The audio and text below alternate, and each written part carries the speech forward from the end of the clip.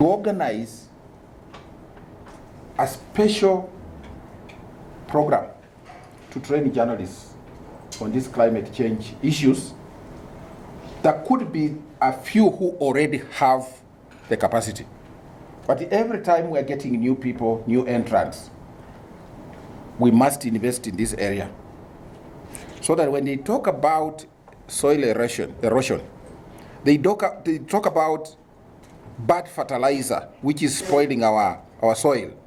They have knowledge. We believe what we hear from the radio than what we hear from our own parents. Radios will report climate change from the perspective of disasters. We had flooding, or there has been a drought. We expect famine this year, or we have River Nyando has done the Nini, then we have the Budalangi floods and all that.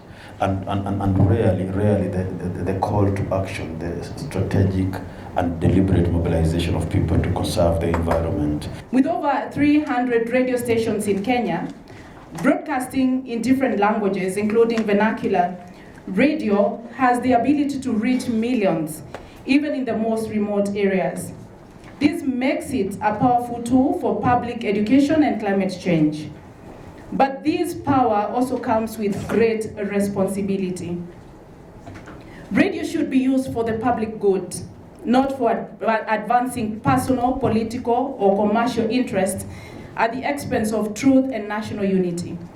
Inasmuch as we uphold freedom of expression, we must ensure responsible broadcasting, particularly on sensitive issues such as climate change, governance, and public policy. This year's theme, Radio and Climate Change, is timely as we confront one of the most pressing global crises, climate change.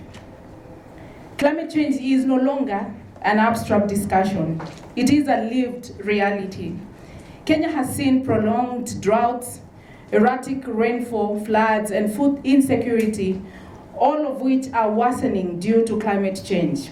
Let us work together to use radio to inform, engage, and inspire action towards a more sustainable and climate-resilient future. Ensure that these radio stations, as they are given the licenses, they are able to operate and comply with the conditions on those licenses. Radio remains a very powerful tool for communication, and we have to say that Kenya having over 300 radio stations, it means that we've met one of the UNESCO media development indicators that calls for diversity in communication by ensuring that we have community radio stations that are able to communicate, even vernacular radio stations that are able to communicate, and people are ready and to connect with them. Radio really plays a very special role, and the importance of radio compared to other forms of communication is very unique.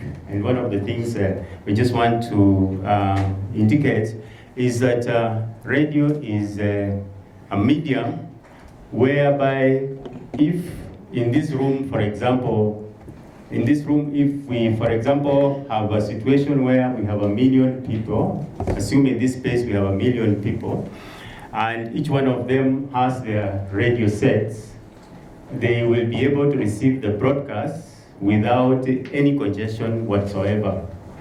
The converse is that if you put 100,000 people in this space with mobile phones, and they try to call each other or try to surf on the internet and all that, you know what happens. So there'll be a lot of freezing and all that. So radio is a very unique service. Radio is primarily a medium that applies to all the citizens of the countries, but both in the urban areas and in the rural areas.